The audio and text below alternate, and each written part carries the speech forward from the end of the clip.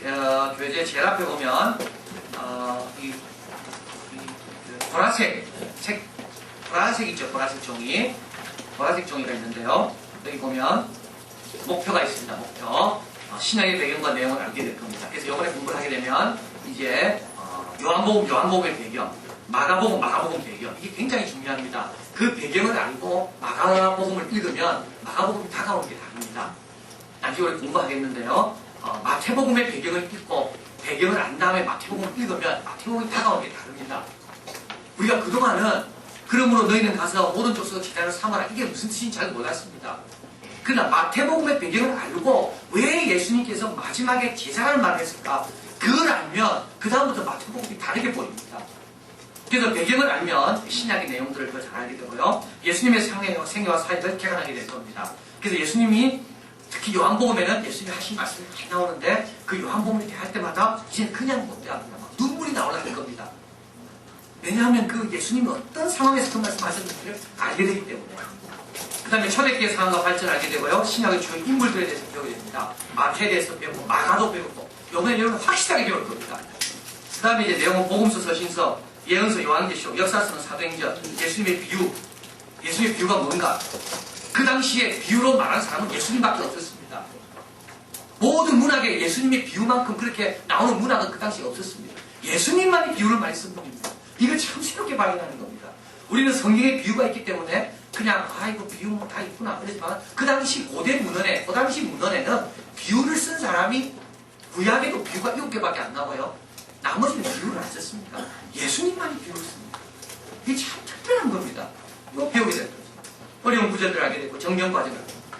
세 번째, 효과적인 공부를 위해서 우리가 해야 될 게 있죠. 첫째는 신약 속으로 들어가도록 노력하자. 그래서 항상 신약에서 지금 그 당시 어떤 상황일까? 예수님의 심정이 어떨까? 이걸 듣는 제자들은 어떨까? 그 다음에 전체와 구절의 뜻을 확실히 알자. 그래서 전체 배경을 아셔야 되고 그 안에 있는 어려운 구절들을 또 이번에 확실히 알게 됩니다.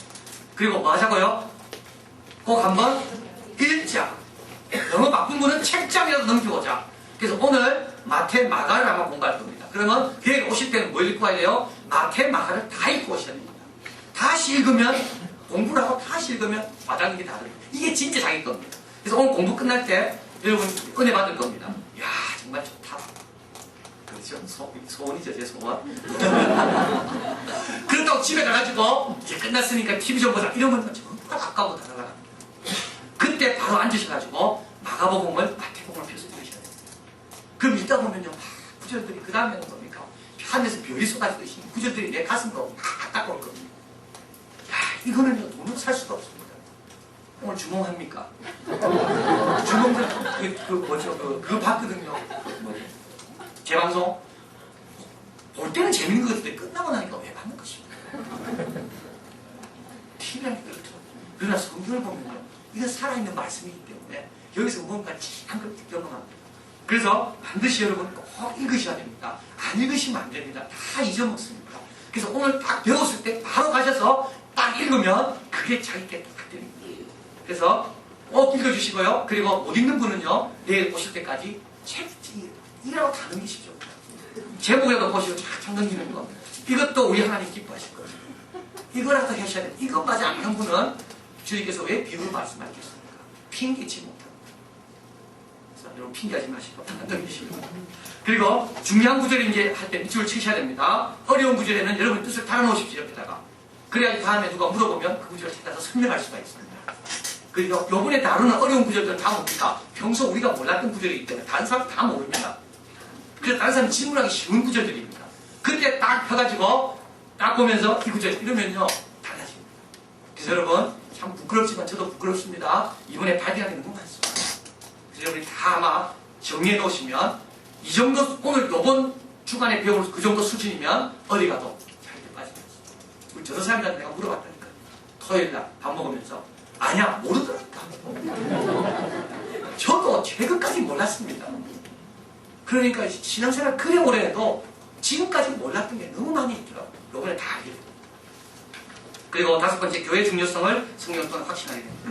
그 다음에 공부하기 위한 준비가 있습니다. 성경, 찬송, 볼펜, 야광펜입니다. 그래서 볼펜으로 적는 거고 야광펜으로 끊는 거고 우리가 찬송과 성경책을 꼭 가져오시길 바랍니다. 넘어갑니다. 신약 기회를 위해 1부죠. 몇 가지 이해를 돕는 지식들이 있습니다. 첫째는 뭡니까? 복음서. 복음서는 예수님의 전기가 아닙니다. 근데 여러분이 꼭 기억해야 됩니다. 예수님의 생애를 보려면 복음서를 봐야 맞습니다. 복음서만큼 예수님의 생애에 대한 좋은, 정확하고 바른 자료를 갖고 있는 데는 세상에 없습니다. 복음서가 제일 잘 갖고 있습니다. 그러나 복음서의 기록 목적은 예수님의 전기가 아니라는 겁니다.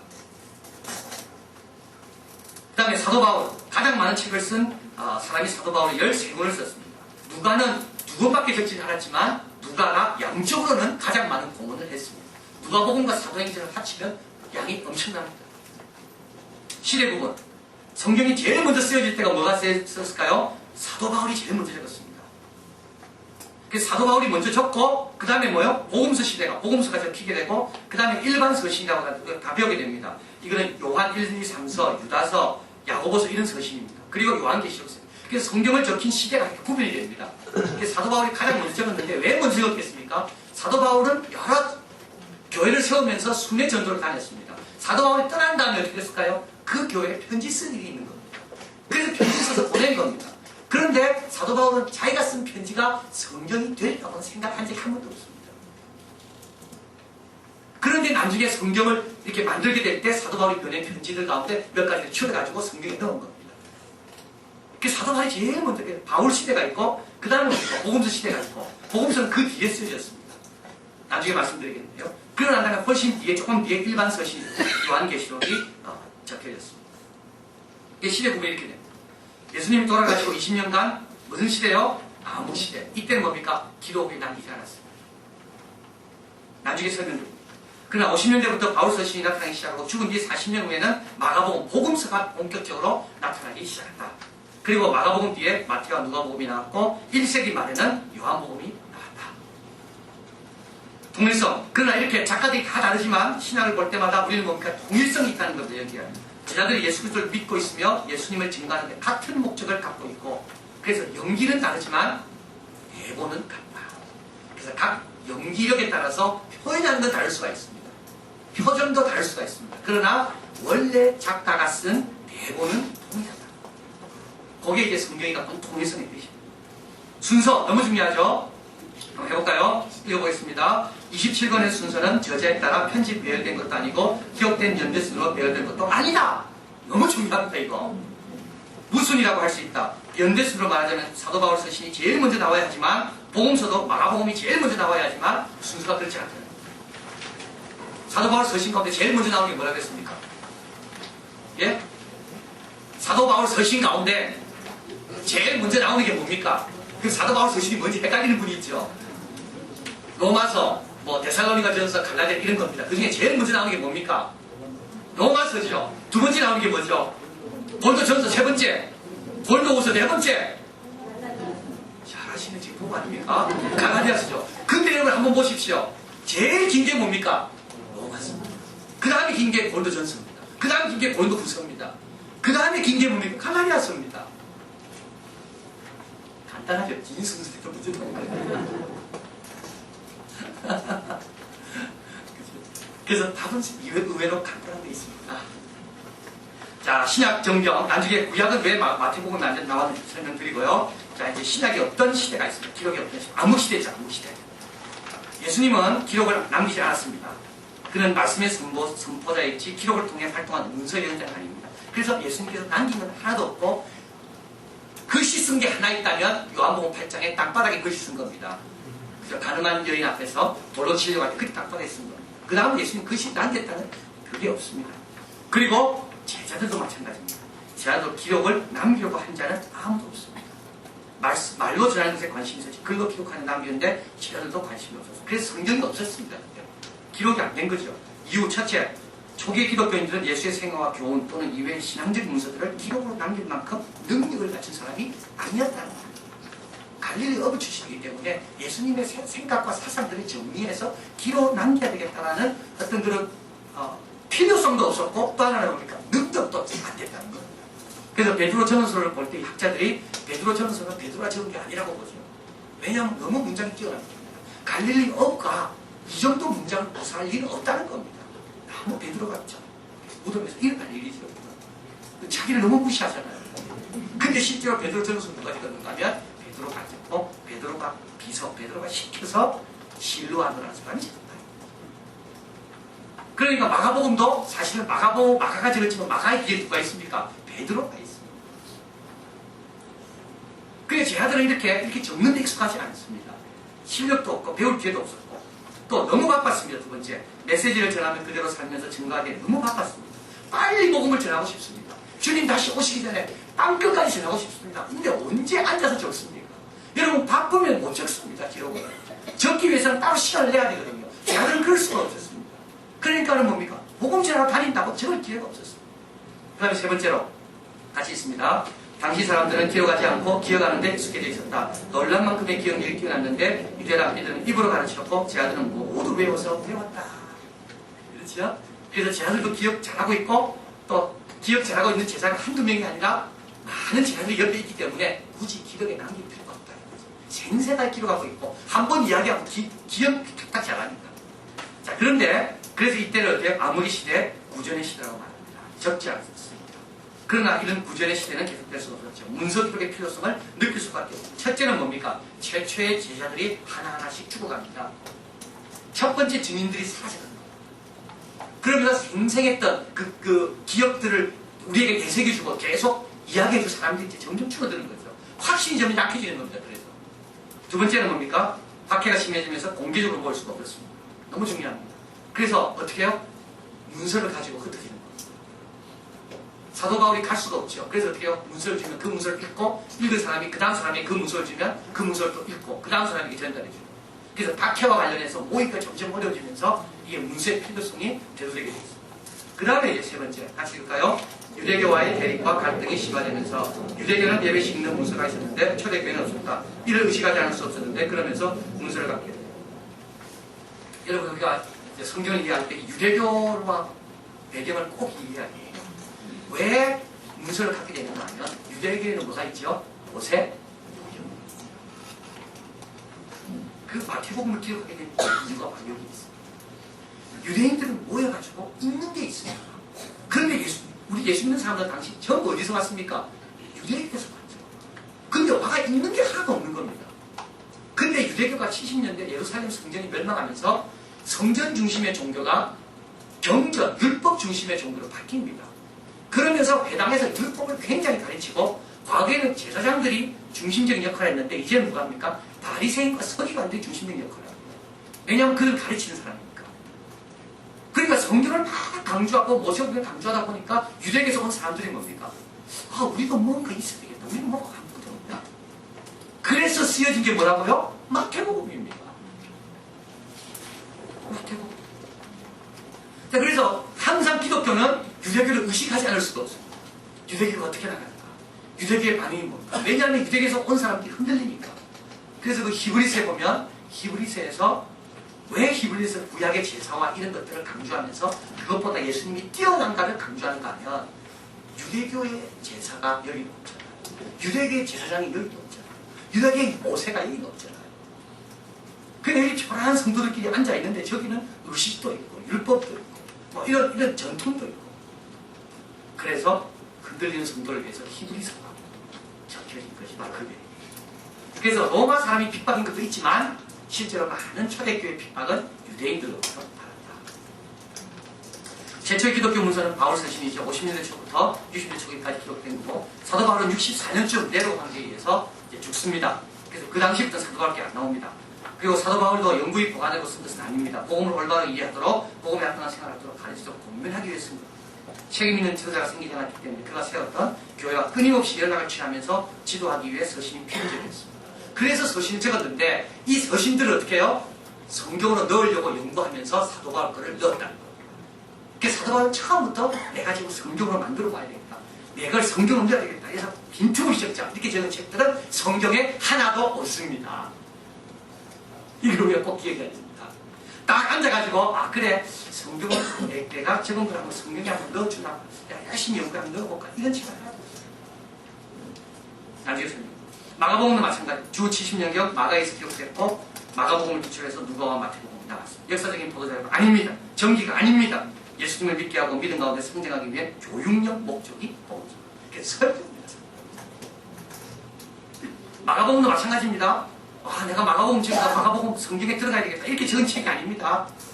마가복음은 로마 사람들을 위해 적었습니다. 여러분이 놀라죠? 마가복음은 유대 이스라엘 사람들인 거지만 마가복음은 로마 사람들을 위해 적었어요. 로마 사람들을 위해 적은 책이 어떻게 해요? 정경으로 들어옵니다. 자, 이렇게 해서 뭐가요? 문서가 생겨납니다. 기록의 필요성에서 문서가 생겨나는데 상기업 3번이죠. 수많은 문서들이 이제 쏟아지기 시작합니다. 처음에 문서가 없었다 그랬죠. 그러다가 이제 문서가 적기 시작하니까 사도 바울도 막 서신 적고 마가 같은 사람도 막 적고 사람들마다 막 서신을 막 복음서 막 찍어내기 시작합니다. 이제는 무슨 문제가 생깁니까? 진짜로 누구냐는 거죠. 그래서 1세기 후반부터 나타나기 시작한 수많은 기독교 문서들. 처음에는 교회 지도자들이 이 가운데 교회에 유익된다고 하는 것들을 취해서 읽혔습니다. 이거는 뭡니까? 개인적인 판단입니다. 그 교회 지도자의 개인적인 판단입니다. 그래서 디모데는 에베소 교회에게 이런 서신이 좋겠다 해서 사도바울 서신을 읽혔습니다. 그건 디모데의 개인적인 판단입니다. 그러나 수많은 문서들로 인해 신앙이 위협받는 문서들도 발생하게 되고 이단의 문서들도 폐람되게 되고 허황된 내용도 있고 다른 교회에서는 인정하지 않는 경우도 있습니다. 그렇죠. 우리 이한교에서는 이 문서가 좋다고 그러는데 이 글이 갈라디아서가 그죠? 저 어딥니까? 저 강남에 있는 어떤 교회에서는 서초교회에서는 이 문서는 교인들에게 보여주지도 않는 거예요. 그러니까 의견 차이가 있는 겁니다. 문서를 놓고도. 그러니까 교회 지도자들도 이 혼돈에 빠지는 거죠. 내가 잘하고 있나 못하고 있나. 그래서 어디서나 공일적으로 인정될 수 있는 책들을 선정하고 확정할 필요가 생기게 되고 이때 계기를 준 사람이 이 말시온이라는 이단입니다. 그 사람은 나타나가지고 구약은 필요 없고 구약과 관련된 모든 문서는 다 필요 없다고 주장하면서 마태, 마가, 요한은 성경에서 교인들에게 읽히지 마라. 아니 성경이 아니죠. 이때는 없었으니까 교인들에게 읽히지 마라고 가르쳤습니다. 그리고 뭐만요? 누가복음만 평가했습니다. 이런 임의적인 기준으로 인해서 교회는 혼돈에 빠지게 되고 정경으로 여겨야 되는 결정을 우리가 빨리 해야 되겠다는 문제의식을 더 심각하게 느끼게 됩니다. 자, 그래서 나름대로 기준을 정하는 첫째는 뭡니까? 사도성이죠. 저자가 사도인가 혹은 사도와 밀접한 관계입니다. 책의 내용, 영적인 성격과 훌륭한 내용입니다.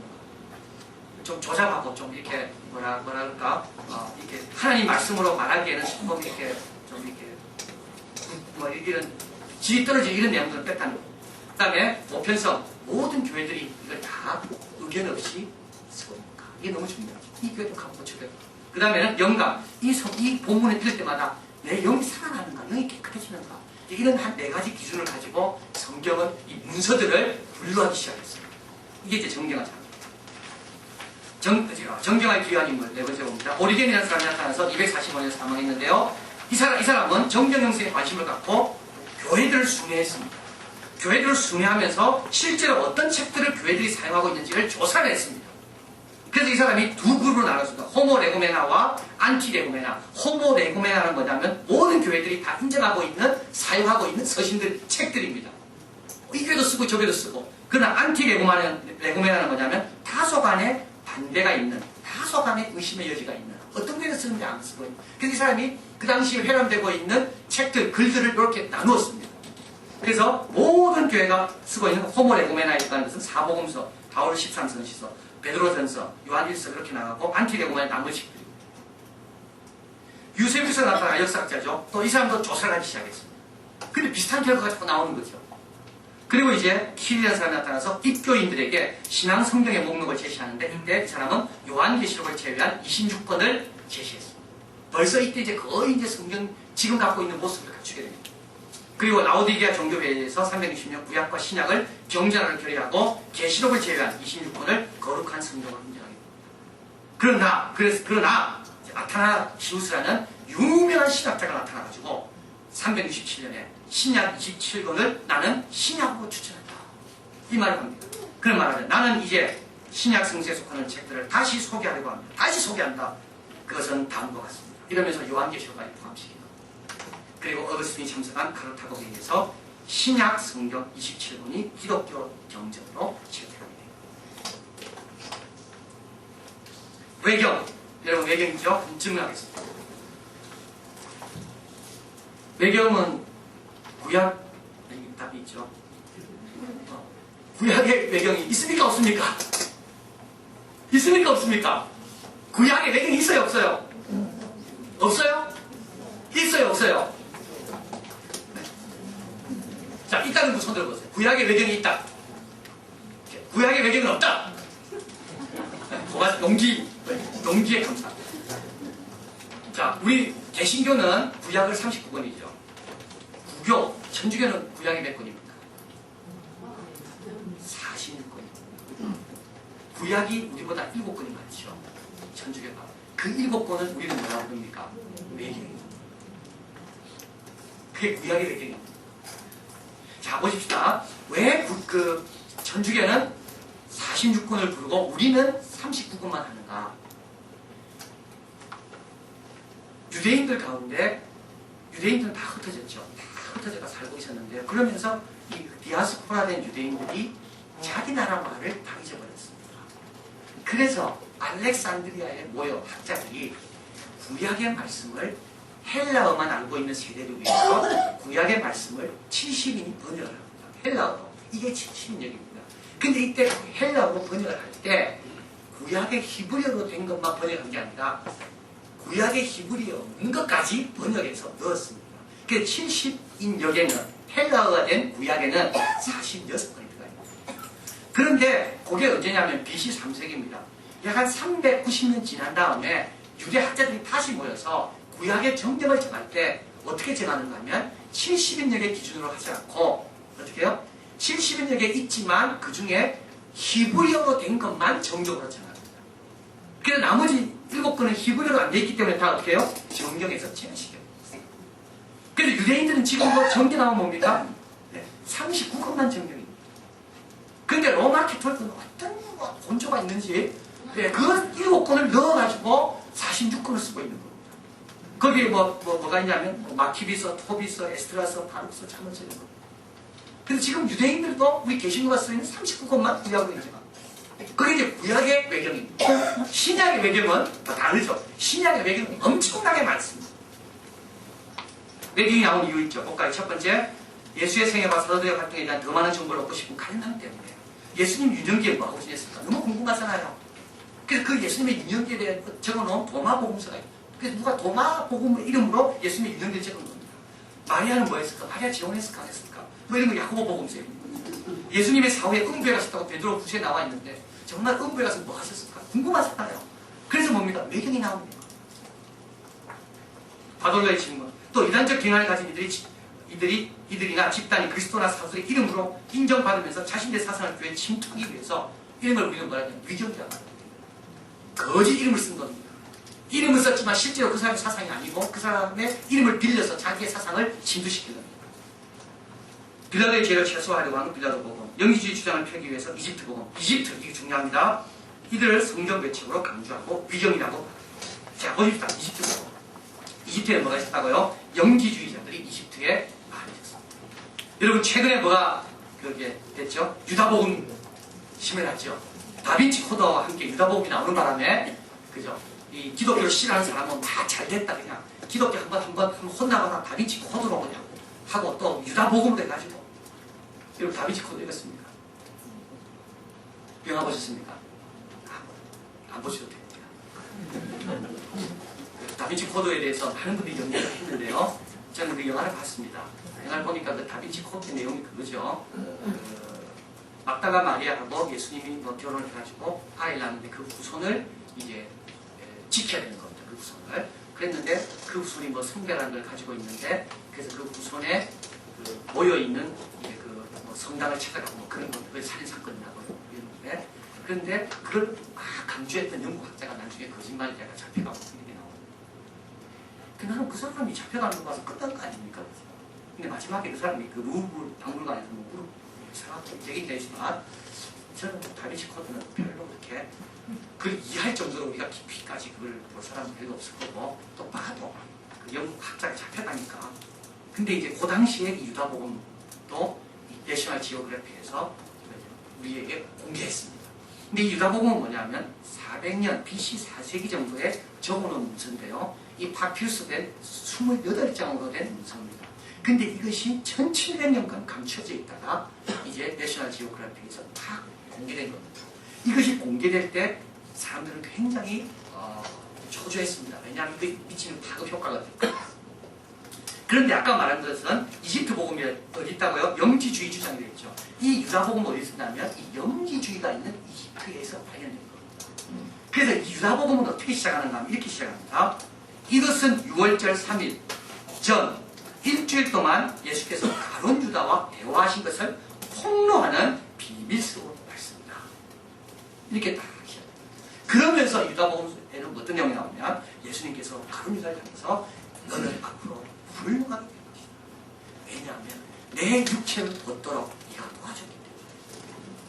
내 육체 옷 때문에 내가 괴로워 죽겠는데 네가 내 육체를 벗도록 십자가로 나를 보내니까 네가 얼마나 큰 일을 한 거냐. 너는 우주 안에 있을지 몰라도 너는 결국 누구보다 뛰어날 거다. 이게 유다 복음의 내용이라고 합니다. 이게 어떤 사상입니까? 영지주의 사상. 영지주의 사상은 뭐냐면 육은 천한 것이고 영은 좋은 것. 그래서 예수님도 육을 안 입었다라고 주장합니다. 그래서 요한일서에 보면 2서 3서에 보면 예수님을 육체로 온 것을 부인하는 자마다 저 글쓰다를 했는데 바로 그 당시 영지주의 사상이 있었다. 그래서 이 유다복음은 뭐냐면 바로 이 영지주의 사상의 영향을 받아서 적은 책이 유다복음. 자, 그래서 정리를 해봅시다. 예수님께서 가르치셨습니다. 예수님께서 외쳤죠. 그 다음에는 제자들이 들었기 때문에 기록으로 남기지 않았습니다. 그러나 제자들이 죽어가고 그리고 이제 핍박이 오게 되고 이제 또 유대교가 이 성경을 구약을 강조하면서 이제 기록으로 남겨야 되고 기록으로 전해야 될 필요성이 생겨서 적기 시작했고 워낙 문서들이 많이 있기 때문에 그 중에 27권만 엄격한 기준에 의해서 정했습니다. 마태, 마가, 누가, 요한 27권. 자, 그 다음에 이제 어려운 문제가 생깁니다. 그게 뭐냐? 원본이 있습니까? 없습니까? 없습니다. 마가가 처음 적어서 보낸 그 원본이 없습니다. 전부 뭐만 가지고 있습니까? 사본만 가지고 있습니다. 카피가. 그러니까 예를 들면 마가복음 좋다. 마가복음은 정경이다 라고 딱 정했는데 우리가 보는 마가복음하고 이쪽에서 보는 마가복음하고 조금씩 구절들이 틀리게 나타나는 겁니다. 왜냐하면 사본이니까 뺏겨서 그랬을 거 아닙니까? 뺏기다 보니까 조금 틀릴 수 있겠죠. 뺏기다 보니까 어떻게 돼요? 아, 이거 아닌 것 같은데 마가가 이 말 아닌 것 같은데 첨가하겠죠. 뺏기다 보니까 어떻게 돼요? 어려운 구절 나오면 아, 요거는 그냥 넘어가지 말고 내가 설과에 좀 더 붙여야 되겠다. 그러니까 이 사람은 이렇게 뺏기고 저 사람은 이렇게 뺏기고 뺏긴 거 가지고 또 뺏기고 뺏긴 거 또 뺏기고 그러니까 마가복음은 마가복음인데 어느 구절이 진짜 마가가 한 거와 가장 가까울까? 이게 또 단순한 문제가 아닙니다.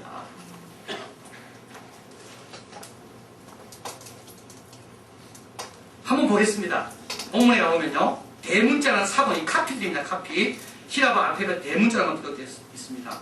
9세기까지 성서 사본들은 대문자로 기록되었고 악센트, 심포, 구두점 띄어쓰기 없습니다. 얼마나 뺏겨쓰기 어려웠겠습니까?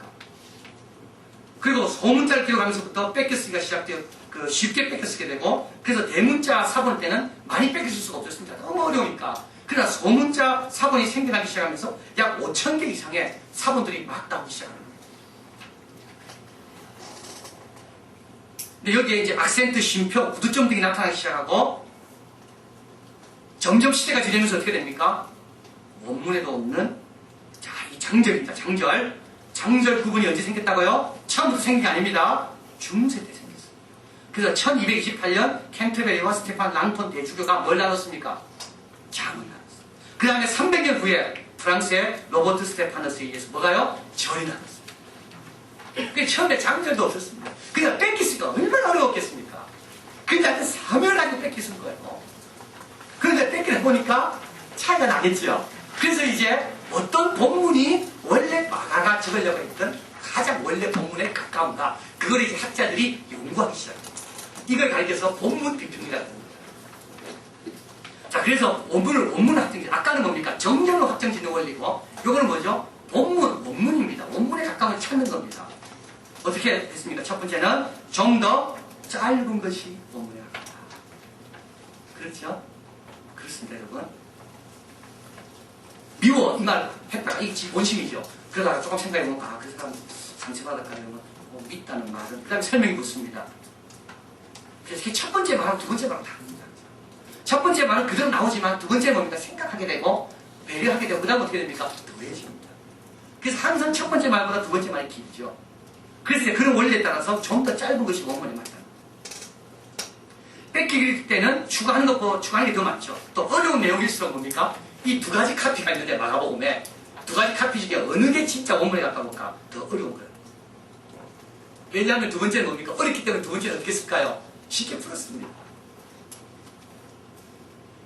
그래서 여러분 성경 기사 어려운 구절 나오죠? 뭐예요? 이건 진짜 하나님 말씀.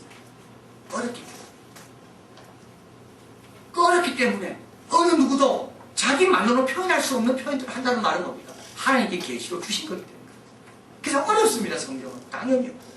그 다음에 세 번째는 뭡니까? 자신의 독특한 문체가 반영되는 삶. 이것도 중요한 거죠. 마가의 성격, 누가의 성격이 드러나다가 뺏겼으면 뺏겼을수록 어떻게 됩니까? 제3자가 객관적으로 표현하게 됩니다. 요거는 너무 좀 이렇게 개성이 뛰어난 표현이다. 그러면서 제3자는 뭡니까? 예수님을 맞는 걸 안 봤기 때문에 제3자는 예수님이 침뱉은 걸 당하는 걸 안 봤기 때문에 제3자는 객관적으로 쓰려고 그런다는 거예요. 그래서 자신의 독특한 문체가 반영될 것일수록 더 원문에 가깝다는 거예요.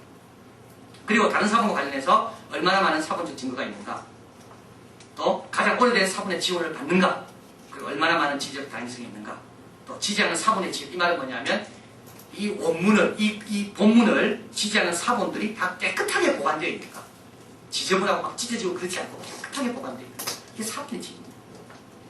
그래서 이런 걸로 다 연구해가지고 학자들이 마가복음 1장 1절은 이 구절이 그래도 하나님께서 마가에 주실 때 가장 확실하게 준 가장 근사치한 구절이다라고 정한 겁니다. 한 절 한 절이 이렇게 나온 겁니다. 그래서 우리는 걱정할 필요 없이 그들이 다 수고했고 하나님이 인정하셨기 때문에 우리는 감사함으로 이 공짜로 이 인정. 자, 그래서 오늘 요 두 가지만 여러분이 알아도 오늘 많은 본전 찾습니다. 성경 한번 찾아볼까요? 마가복음 16장 9절에 있죠.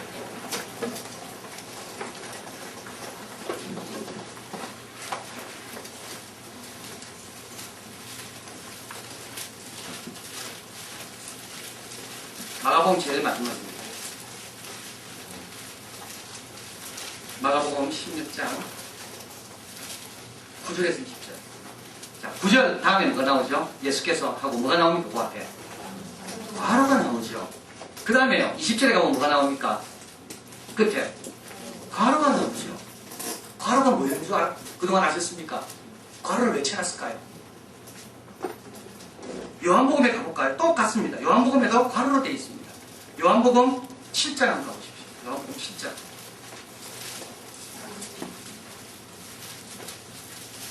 7장 39절에도 가로가 있고, 그리고 7장 몇 절이죠? 53절. 53절부터 한번 봐보십시오. 53절. 다 각각 가로로 되어 있죠? 그리고 어디까지 가로로 되어 있습니까? 8장 11절. 그죠? 나도 너를 범죄 가서는 다시는 죄를 범치 말라 하십니다. 가로로 되어 있죠? 왜 가로로 되어 있을까요? 요거는 다소 의심이 됩니다. 그래서 이게 정말 이게 양심적인 책입니다. 성경은 무대포로 이거는 무조건 진리다 그게 아닙니다. 다소 요거는 조금 불안하다. 그래서 뭐라고요? 그만큼 정직하고 공을 들이고 객관적으로 학자들이 연구해서 내치기 때문에 믿을만하다는 겁니다. 이거 얼마나 여러분, 그게 오히려 이 성경의 자랑입니다. 성경에 어디 표시를 해놔요? 거기다가 킹 제임스 버전 그걸 추종하는 사람들은 이런 거 다 빼야 된다고 이야기합니다. 어디 성경에다가 갈로를 쳐? 정경 하나님 말씀에. 근데 실제로 우리 하나님은 괜찮아. 쳐라.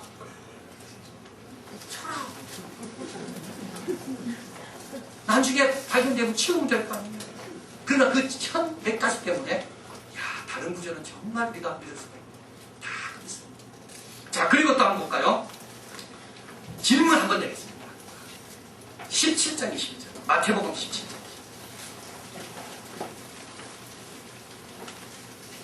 마태복음 17장 20절. 다 같이 우리 읽겠습니다. 네? 뭐 아닌데 없습니까? 17장 21장 없죠? 있습니까? 없습니까? 없습니다. 여러분 구절이 있는데 왜 내용이 없습니까? 이런 구절이 성경에 몇 개 있을까요? 신약에? 네? 다소 13개가 있습니다. 얼마나 많은지요? 왜 절은 있는데 21절은 있는데 그 내용은 없습니까? 여기에 왜 그렇습니까? 18세기까지는 내용이 있었습니다. 자, 여러분 그 비전 성경 이런 성경 말고 옛날 성경 가져오신 분 계십니까? 옛날 성경. 이게 그러니까 옛날 성경이 더 정확합니다. 비전 성경이나 이런 걸 보는 이 그림 들어간 성경에는 이 구절에 대한 설명이 하나도 없습니다. 옛날 성경입니다. 언제 제가 받았는가 하면 사랑하는 약혼기념 아버님이 주신 거예요. 제 얘기가 아니고 정욱 씨에게. 여기 보면 마태복음 10장 찾아보세요. 집에 가셔서 옛날 성경 찾아보십시오. 마태복음 7장 20절이면 이렇게 나와 있습니다. 17장이죠. 죄송합니다. 17장 마태복음 17장 20절이죠. 17장 21절에 없음 해놓고 1. 그래서 난 왜 주로 갑니다. 주로 가면 뭐라 됐냐면 어떤 사본에 21절 기도와 금식이 아니하면 이런 유가 나가지 아니하는 자가 있음. 이게 더 정확합니다. 이게 원래 성경이 이랬습니다.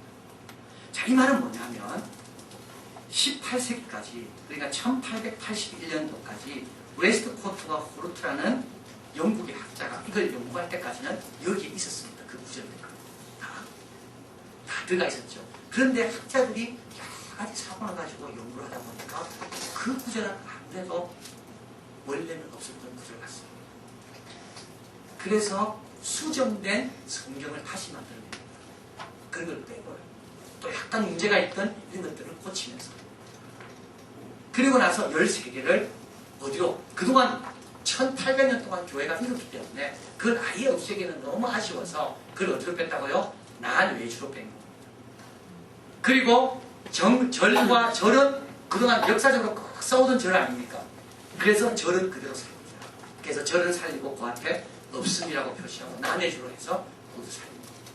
그래서 여러분 저도 이거 비전 성경이랑 다르게 요즘 갖고 있는 성경은 사실은 하나님 말씀 권위를 그렇게 하면 안 되는 거예요. 교회가 1800년까지 썼던 구절들을 없음이라고 분명히 표현했는데 그걸 지워버렸다는 거는 그걸 아주 잘못한 겁니다. 그래서 몇 구절 더 말씀드리면요. 18장 11절 마태복음 23장 14절 다 똑같습니다.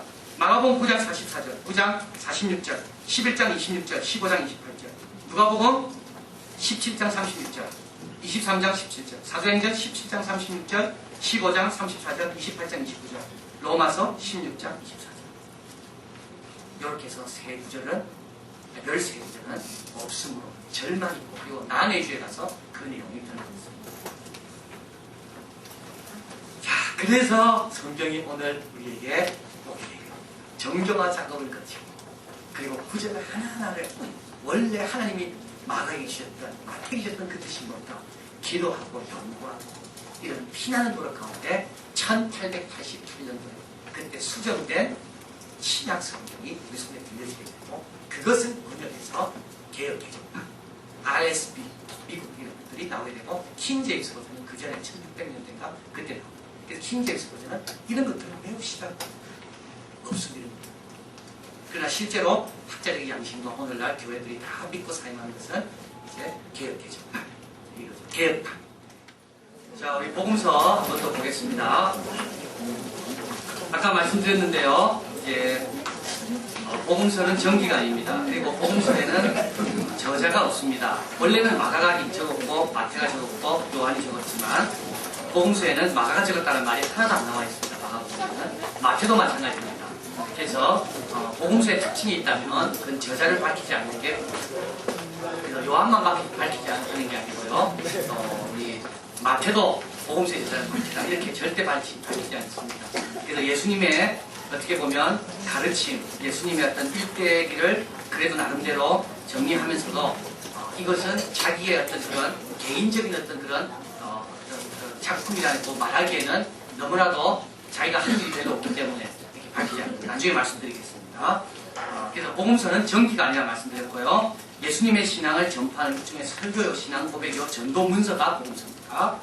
만약에 전기라면 4개가 필요가 없겠지요. 예수님 언제 태어나셔서 어떤 일 하시다가 어떻게 돌아가셨다.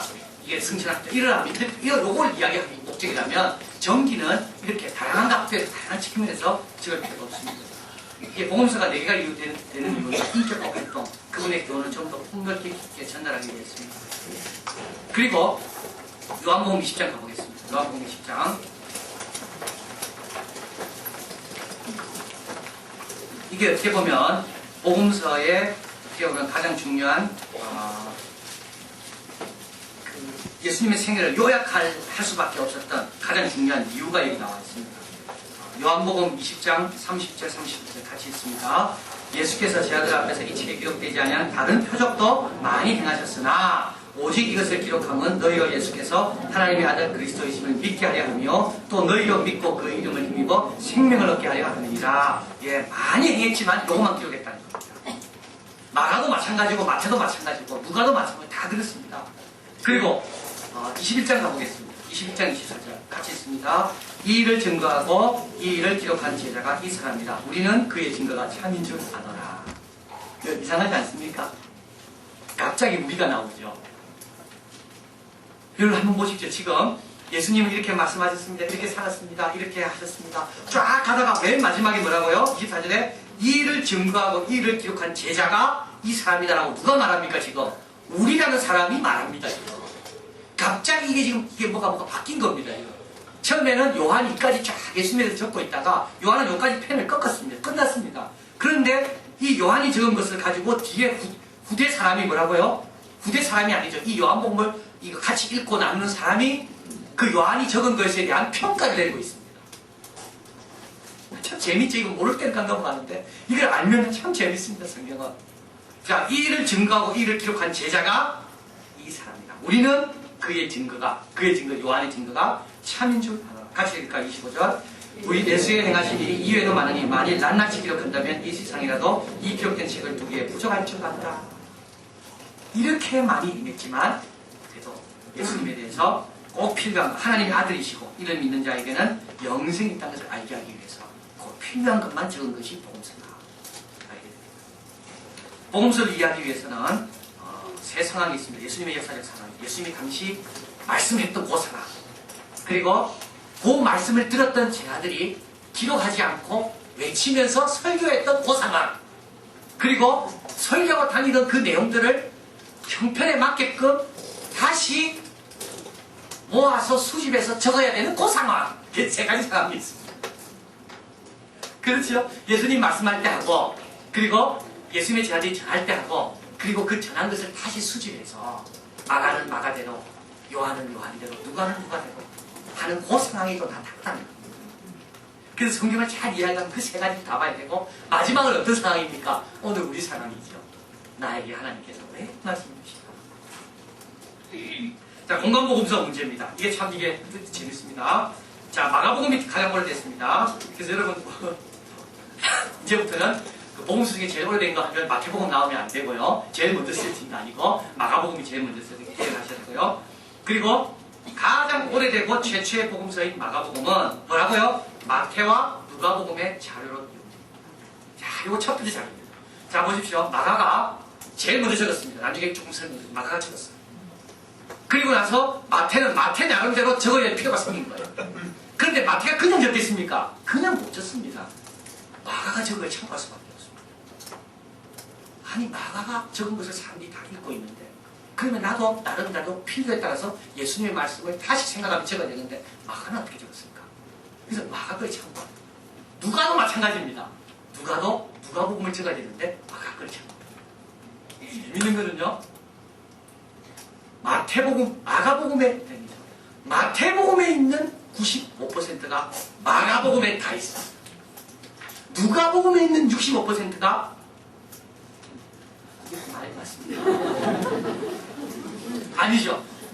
마가복음의 95%는 마태복음에 가면 다 있습니다. 그만큼 많이 뺏긴 겁니다. 누가복음의 65%는 어디 가면 다 있어요? 마가에. 네. 하여튼 그 뺏긴 겁니다. 아니요, 죄송합니다. 어제는 잘 됐습니다. 그래서 여러분, 마가복음 있죠, 마가복음. 마가복음에서 그래 좋다. 뺏긴 거 니 가져가라 해서 마태한테 줘. 마태 거 니 가져가봐. 마태한테 중복된 거 가져가봐. 그리고 마가가 또 좋다. 누가 내 거 뺏기 가져가봐. 그리고 마가복음에 몇 개가 남겠습니까? 39절밖에 안 갑니다. 그러니까 누가고 마태고 마가복음 다 가져간 겁니다. 그리고 예수님의 일생, 예수님의 그 생애, 예루살렘에 올라가 십자가에 다니셔서 돌아가시고 그 모든 일정은 다 어느 일정을 따르는가 하면 마가거든요. 그래서 마가복음을 적을 때, 마태복음을 적을 때, 누가를 적을 때 이 둘 다 마가복음 걸 참고했고요. 그리고 또 그것만 참고한 게 아닙니다. 마태, 누가가 동시에 똑같은 것을 쓰고 있는 게 있습니다. 그래서 이거는 Q라는 자료를 얻었습니다. 자료를 또 받았다, 전수받았다, 자료를 이용했다. 그리고 누가하고 마태하고는 아무도 관련 없이 독자적으로 쓰는 것이 있습니다. 그거는 독자적인 자료들을 자기들이 모았다. 그래서 마태복음이 적기 위해서 몇 가지 자료? 4가지 자료.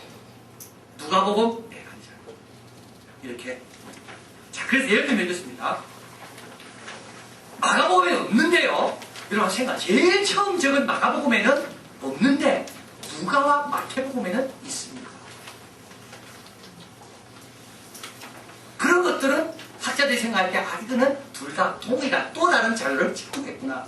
예를 들면 팔복은 마가복음에 없습니다. 근데 누가복음에도 있고 마태복음에도 있습니다. 주기도문은 어디만 있다고 그랬죠? 마가복음하고 누가복음에도 있습니다. 마가복음에도 없습니다. 그러니까 마태하고 누가하고가 동일한 자료를 조금 참고를 했다는 것을 알게 됩니다. 그리고 또 어떤 자료는 마태복음에만 있고요. 어떤 거는 누가복음에만 있습니다. 여러분 선한 사마리아 비유죠. 돌아온 탕자 잘 알죠? 이게 다른 복음서에는 없고 누가복음에만 있어요. 그런데 워낙 우리가 돌아온 탕자 설교를 많이 들어가지고 다른 복음서도 있는 줄 알지만 다른 복음서가 없습니다. 누가복음에 있어요. 열천의 비유, 양과 염소의 비유, 내가 너에게 이르노니 오리를 가자면 십리를 가고, 이거는 마태복음에만 있습니다. 자, 그래서 이제 마태가 예수님에 대해서 좀 적어야 되겠다라고 적기 시작할 때 그냥 안 적습니다. 얼마나 두려운 일인데 그냥 적겠습니까? 마가는 어떻게 적을까? 또 더 좋은 자료는 없을까? 내가 모르는 자료는 혹시 어디 있을까? 이러면서 자료를 찾아다니게 되고, 또 자기가 경험한 예수님에 대해서 편견에 따라서 더 강조할 건 강조하게 되고, 그러면서 뭐가 만들어져요? 복음서가 하나씩 만들어집니다. 자, 그러면 먼저 마가복음부터 먼저 보죠. 마가복음은 어디입니까? 마가복음은 22페이지죠, 22페이지. 복음서 중에 가장 짧은 마가복음입니다. 가장 짧습니다. 그러나 가장 먼저 쓰여진 책이 마가복음입니다. 마가복음은 예수님의 행동에 대해서 말씀을 많이 하고, 예수님의 죽음과 부활이라는 복음의 핵심적인 사건으로 우리를 어떻게 해요? 신속하게 걸어갑니다.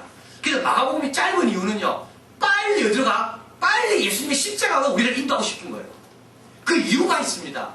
마가복음이 우리를 빨리 십자가로 이끌어가는 이유가 있는데, 그 이유는 뭐냐면 저자 말고 기록 연대가 있습니다. 마가는 누굴 또 썼다고요? 로마인 독자들의 경우에 썼습니다. 근데 로마인 독자들이 지금 어떤 상태이냐면 네로 황제의 핍박에 의해서 굉장히 어려움을 겪고 있습니다. 바울은 죽었고요. 베드로도 위험합니다. 그래서 이 핍박하에 있는 로마 교인들에게 뭘 전하고 싶으냐면 예수님도 핍박 가운데 잘 견뎠다. 이게 마가복음의 주제입니다. 그래서 마가복음에는 인자가 온 것은 섬김을 받으라면 섬기라고 다른 사람 대성물로 죽여함이라는 게 중심구절인데, 이 죽음이라는 게 중심구절입니다. 그러니까 너에게 핍박하고 절대 흔들리지 마라. 왜냐하면 우리 예수님도 십자가 앞에서 당당하게 십자가 향해 올라갔다. 그래서 마가는 빨리 예수님의 고난과 십자가와 가룟유다의 배신 같은 이런 것도 예수님도 경험했다. 이걸 빨리 성도들에게 주고 싶은 겁니다. 그래서 마가복음은 짧은 이유가 빨리 전해갑니다. 그래서 마가복음은 두 부분으로 나눠지는데요. 첫 반부는 1장에서 8장까지 이적설합니다. 예수님께서 이적을 해요. 그리고 9장에서 16장까지는 순환설합니다. 마가는 로마에 세웠기 때문에 군대라는 의미의 레기온이라는 말을 마가만 쓰고 있고요. 데나리온, 고트란트, 브라이도리온이라는 뜰, 이 모든 걸 라틴어를 쓰고 있습니다. 그리고 에바다, 열려라는 말이죠. 이것을 마가는요, 어떻게 해요? 뜻을 설명합니다. 에바다 놓고 이 로마 독자들이 모를까봐 거기다가 이 뜻은 열리다라는 뜻이다. 그래서 마가복음 가르쳐서 고난의 복음이라고 박해의 문학이라고 고난을 잘 대처하고 이겨내라고 마가가 쓴 것이, 그러니까 베드로의 도움을 통해서 마가가 쓴 것이 바로 마가복음입니다. 가장 먼저 시켜졌고요. 그리고 이제 예수님의 고난에 대해서 다시 생각하며 적게 된 것이 마가복음입니다. 자, 우리 마가복음 한번 같이 보겠습니다. 성경 보십시오. 마가복음 1장입니다.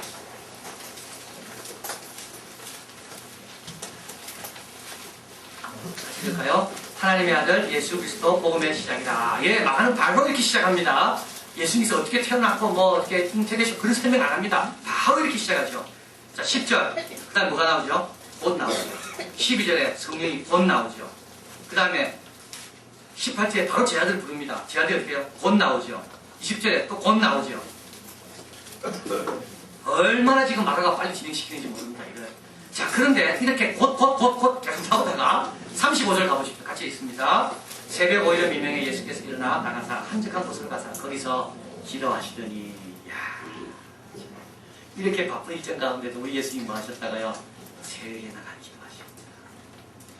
그래서 이 구절이 사실은 새벽 오히려 미명 한적한 곳에 나가 기도하셨다. 이 구절은요, 그냥 요 구절만 떼놓고 볼 때는 이 구절이 그렇게 그냥 마음에 와닿지가 않죠. 하나도 열심히 기도해야 되는 겁니다.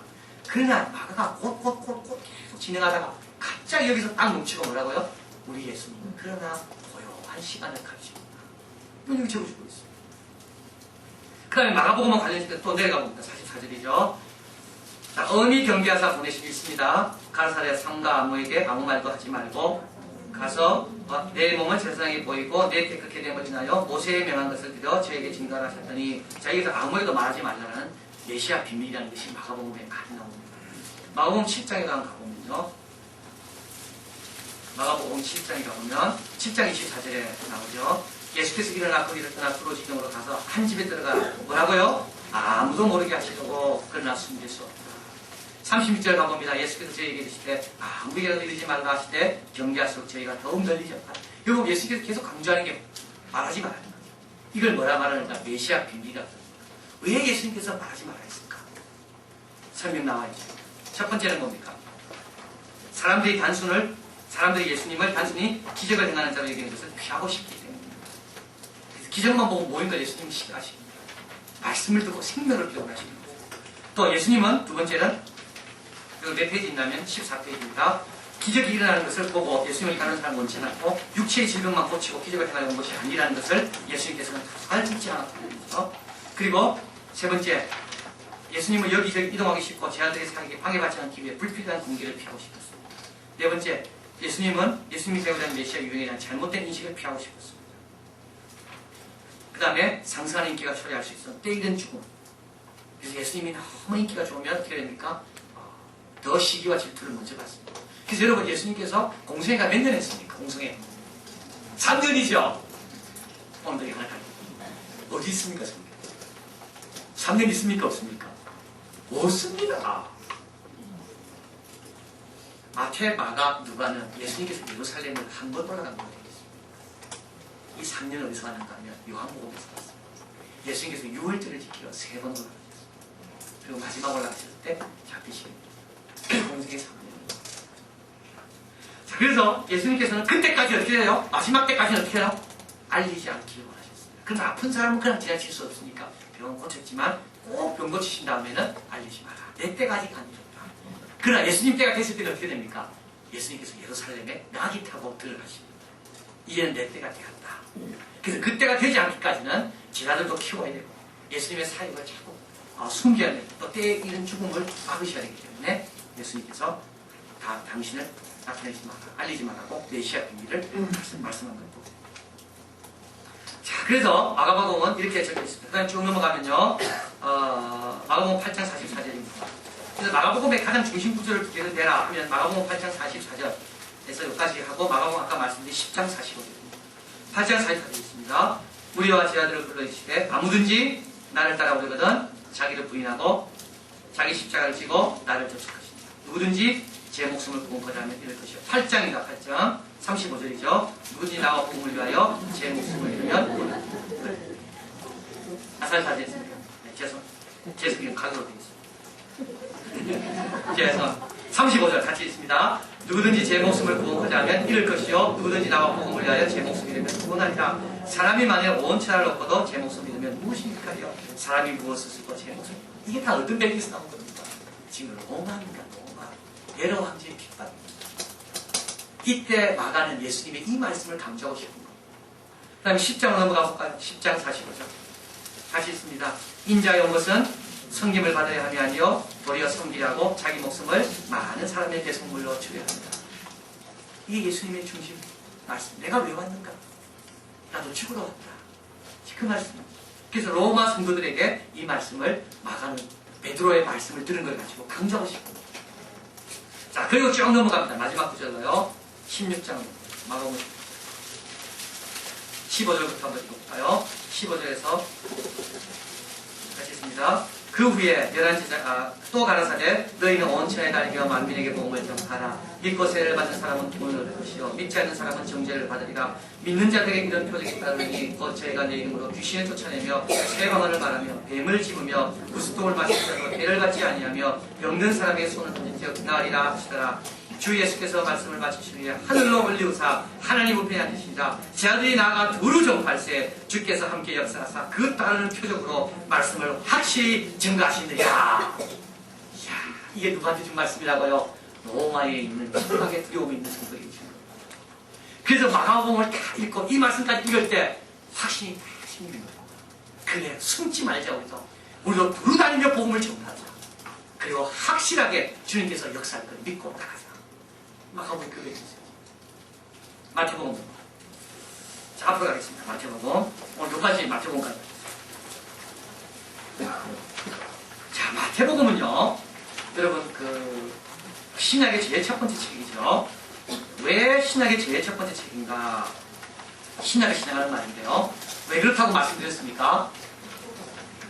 족보하셔서, 누구 족보? 구약의 족보. 좋습니다. 마태복음 1장 1장. 마태복음은 누구부터 시작합니까? 아브라함과 다윗의 자손 예수부터 시작합니다. 그래서 아브라함과 다윗은 누구죠? 구약의 인물이죠. 그래서 구약이 말라기로 끝나고 그 다음부터 신약이 시작됐는데 성경을 이렇게 읽는 편집하는 사람이 신약과 구약의 중간에 역할할 가장 합당한 복음서가 뭘까? 그건 뭡니까? 마태입니다. 왜냐하면 마태는 어떻게 시작하냐면 아브라함과 다윗부터 시작합니다. 아브라함과 다윗은 구약의 핵심적인 인물 아닙니까? 그리고 마태복음에는 이름은 나와 있지 않지만 그 마태복음을 통해서 강조하려고 했던 게 인물이 또 구약의 인물이 또 한 사람이 있습니다. 누굽니까? 모세입니다. 나중에 말씀드립니다. 그래서 아브라함과 다윗과 모세. 그래서 아브라함과 다윗에 이어지는 이 역사, 이것을 성취하기 위해 오신 분이 누구라고요? 예수님이죠. 그래서 구약과 신약 사이에 딱 끼기에 가장 적당한 복음서는 마태복음. 그래서 마가가 제일 먼저 적었지만 구약과 신약 사이에 들어오는 책은 마태를 적은 거예요. 얼마나 이게 성경을 펼쳐본 사람이 기도 많이 했는지 모릅니다. 얼마나 자연스럽습니까? 딱 아브라함부터 시작합니다. 그리고 여기 보면 세계라는 말이 나오죠. 이건 족보라는 말이면서 동시에 뭡니까? 족보는 뭡니까? 책입니다. 책. 그래서 마태복음은 책입니다. 책. 무슨 책이냐면 구약이 모세오경을 갖고 있듯이 신약은 예수님의 백성, 그러니까 유대인들은 모세오경을 책으로 갖고 있다면 신약의 백성들은 무슨 책을 갖고 있어요? 마태복음을 갖고 있어요. 그래서 마태는 이걸 적을 때 그런 사명 가지고 적었습니다. 자, 여기 이제 배경이 있는데요. 아까 설명드린 거 마찬가지입니다. 마태복음이 적을 때 성전을 멸망했고 유대인들이, 바리새인들이 주도적인 역할을 해서 성경을 다 강조합니다. 해당해서. 그러면서 기독교 공동체와 이 유대 공동체 간의 경제 관계에 들어가게 됩니다. 성경을 막 구약을 강조하고 여기는 아무것도 없고 그리고 여기 있는 사람이 막 흔들리게 되죠. 그래서 마태가 제일 많이 썼던 말 중에 하나 마태복음에 나오는 말이 너희 의가 바리새인과 서기관보다 낫지 않으면 천국에 못 들어간다는 말은 뭐냐 하면 바로 그런 배경을 두고 있는 겁니다. 그래서 마태는 이걸 적을 때마다 예수님이 했던 말 중 어떤 말을 더 세게 들었는가 하면 더 강조하고 싶었는가 하면 바리새인과 서기관보다 더 나으라는 말씀을 마태는 여기에 더 강조하고 싶었던 겁니다. 왜냐하면 그 시대 배경이 지금 성전은 멸망했고 유대의 그 바리새인과 서기관들이 주도적인 역할에서 성경을 막 가리키고 여기는 아무것도 없이 막 무너지려고 그러고 그래서 마태가 어떻게 해요? 거기도 책이 있냐? 우리도 책이 있다. 그래서 적은 게 뭐예요? 마태복음입니다. 그래서 마태복음은 5 구절로 나누어집니다. 5 구절로. 한번 볼까요? 어떻게 되냐고요? 7장 28절. 7장 28절. 7장 28절.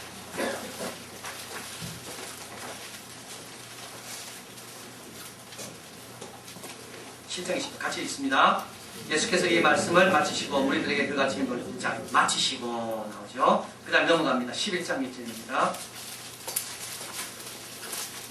11장 1절 예수께서 12 제자에게 명하시기를 마치시고 넘어가죠. 그 다음에 13장 23절 예수께서 이 모든 비유를 마치신 후에 또 마치신다는 말이 또 나오죠. 19장 1절 예수께서 이 말씀을 마치시고 또 마치시고 나오죠. 26장 1절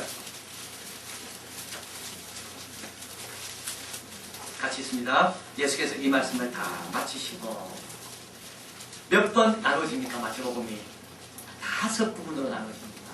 이 5 부분은 뭘 생각나게 합니까? 모세 오경을 생각나게 합니다. 그래서 마태는 그냥 적지 않았습니다. 마태는 적을 때마다 예수님의 말씀을 나눌 때도 어떻게 나눴다고요? 모세 오경처럼 5 부분으로 나눴습니다. 그리고 마태는 예수님의 산상수훈이 산에서 말씀하죠. 산에 딱 앉으셔가 제자들에게 말씀합니다. 이것이 마치 모세가 시내산에 올라가서 십계명을 받는 것처럼 우리 예수님으로부터 우리가 그 말씀을 들었다. 그 마태는 강조. 그래서 마태는 뭘 강조하는가 하면 예수님과 모세가 닮았다. 그래서 40일 동안 시내산에서 금식했죠. 예수님도 40일 금식했죠. 예수님이 애굽으로 귀신 갔다가 돌아오잖아요. 모세도 애굽에서 돌아나오잖아요. 모세도 율법을 받았고 예수님은 율법을 더 좋은 율법을 우리에게 주시는 거예요. 그리고 예수님께서 기적을 행한 게 몇 개 나오고 있습니다. 모세가 몇 가지 재앙을 내렸죠? 10가지 재앙이죠. 마태복음에 기적이 몇 개 나오겠습니까? 10개 나옵니다. 알면 알수록 놀랍습니다. 그래서 마태복음을 가리켜서 뭐라 말하는가 하면 마태복음은 Teachers Gospel이다. 교육을 위한 복음입니다. 교사의 복음입니다. 그래서 이 복음, 이 책을 가지고 기독교에 입문한 사람들에게 예수님에 대해서 가르치기에 가장 적합한 형태로 만든 것이 바로 마태복음입니다. 그러니까 마태복음은 어떻게 보면 기독교 매뉴얼을 받아요. 그 예수님의 일대기를 말하는 게 아니라 예수님이 뭘 강조하셨고 예수님께서 어떤 걸 행하셨고를 오경의 비유, 오경의 구조에 맞춰가지고 우리에게 딱 정확하게 적어준 것이 바로 마태복음입니다. 유대인들의 율법책의 것이 기독교인들에게 있어야 할 책. 이것이 마태복음이고 어떤 사람들은 마태오경이라고 말합니다. 자, 그래서 그리고 이제 마태복음을 조금 보면요, 유대 빈번한 구약 인용이 100번 나와 있고요. 유대 표현이 있죠. 우리 다 압니다. 이거. 그래서 마태는 하나님의 나라라는 말을 쓰기보다는 천국이라는 말을 썼습니다. 하나님이라는 말을 올리기에 유대인들은 좀 꺼려했기 때문에 그렇습니다. 그리고 마태는 교회적인 관심이 마태는 많이 있습니다. 자, 한번 보면 교회라는 말이 신약 성경에는 그러니까 복음서에는 마태복음에만 나옵니다. 교회라는 단어가요. 예수님 당시에 교회가 없었지요. 교회가 없었습니다. 예수님 승천하시고 난 다음에 그 다음에 성령이 임하시면서부터 교회가 시작됐기 때문에 예수님은 교회라는 말을 쓰신 적이 없습니다. 그런데 마태는 예수님의 한 말로 교회를 쓰고 있습니다. 왜냐하면 마태는 예수님이 그 용어를 쓸 때 그 용어는 오늘 우리의 교회를 뜻한다고 믿었기 때문에 그렇습니다. 자, 한번 가보면 16장 18절입니다. 마태복음 16장 18절.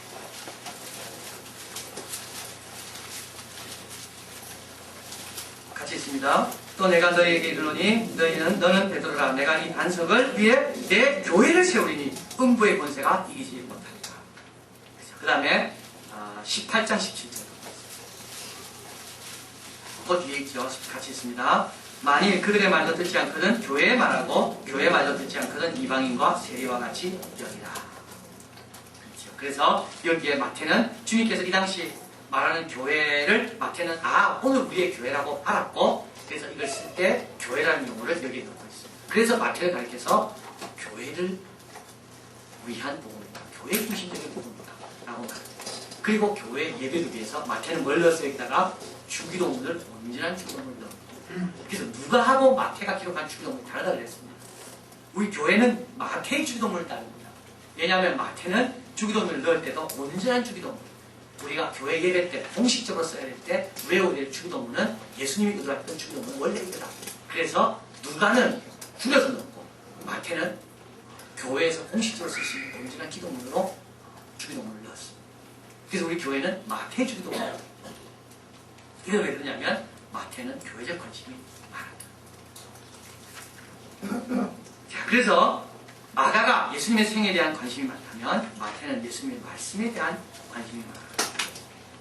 그리고 교회 예배의식을 염두에 두고 쓴 책이 바로 마태고 교회의 기초는 바로 신앙 고백임을 말한다. 이것이 다 뭡니까? 이게 바로 기독교인들이 기본적으로 알아야 될 신앙 매뉴얼이다. 이것을 마태는 생각하면서 예수님의 생애를 세운 겁니다. 자, 그래서 한 가지만 더 찾아보고 이제 정리하겠습니다. 9장입니다. 마태복음 9장. 이게 이제 예수님께서 마태를 부르신 장면인데요. 마태복음 9장 9절이죠. 예수께서 거기 떠나 지나가시다가 마태라는 사람이 세간에 앉은 것을 보고 이르시되 나를 쫓아라 하시니 주십니다. 자, 여기서 우리가 마태복음은 마태가 적었다는 걸 알게 됩니다. 왜냐하면 마태는 자기를 마태라고 소개하죠. 여기에서. 근데 누가복음과 마가복음은 마태라고 소개하지 않습니다. 레위라는 마태가 또는 레위라고 소개합니다. 이거는요 마태를 좀 높여주려는 의도가 있는 겁니다. 그래서 누가복음하고 마가복음은 비록 마태가 세리였지만 돈 세는 사람, 세금 거두는 징수했지만 마태는 레위입니다. 그러나 마태는 자기를 표현할 때 그냥 있는 그대로 겸손하게 마태라는 사람 이렇게 표현합니다. 그래서 마태는 꼼꼼하고 술을 잘 하고 그리고 계산이 철저하기 때문에 이 마태복음을 적을 때도 의경 구조에 맞춰서 예수님과 모세를 비교하면서 예수님의 말씀을 떠올리면서 그렇게 마태를 적었어요. 자, 그래서 이제 마지막으로 28장 가보겠습니다. 자, 이렇게 이제 쭉 말한 다음에 이제 뭐라 말합니까? 마태복음 28장 18절에서 20절까지 있습니다. 같이 있습니다. 예수께서 나와 이르시되 하늘과 땅의 모든 권세를 주셨으니 그러므로 너희는 가서 모든 족속으로 제자를 삼아 아버지와 아들과 성령의 이름으로 세례를 주고 내가 너희에게 분부한 모든 것을 가르쳐 지키게 하라. 볼지어다 내가 세상 끝날까지 너희와 항상 함께 있으리라 하십니다. 이야, 바로 요 배경에서 나온 겁니다. 유대인들과 바리새인들이 열심히 가르치니까 너희도 어떻게 하라고요? 가서 모든 족속으로 뭘 삼으라고요? 제자를 삼으라는 겁니다. 제자라는 말이 여기서 강조되는 겁니다. 마태가. 그래서 왜 분부한 모든 것을 가르쳐 지키게 하라냐면 그 당시 유대인들, 랍비들은 너무 열심히 가르치고 있으니까 초대교회 성도들이 게으르면 되지 않는다는 겁니다. 더 열심히 가르치고 열심히 제자로 삼고 예수님이 말씀한 모든 것을 다 지켜 행하게 해라. 그리고 마태는 끝이. 그래서 우리는 보통 이 구절을 대할 때 우리는 선교적인 구절로 대하지만 실제 배경은 선교적인 것보다는 유대인들을 의식합니다. 그러지 않으면 우리가 안 되더라. 더 열심히 배우자. 바리새인과 서기관보다 더 나아야 된다고요. 그들은 3번 금식하고 또 구제하고 기도하기 열심히 하는데 우리는 더 열심히 해야 된다고. 그러면서 기도에 대해서 구제에 대해서 이런 모든 것에 대해서 기독신앙인들이 해야 될 기본적인 내용을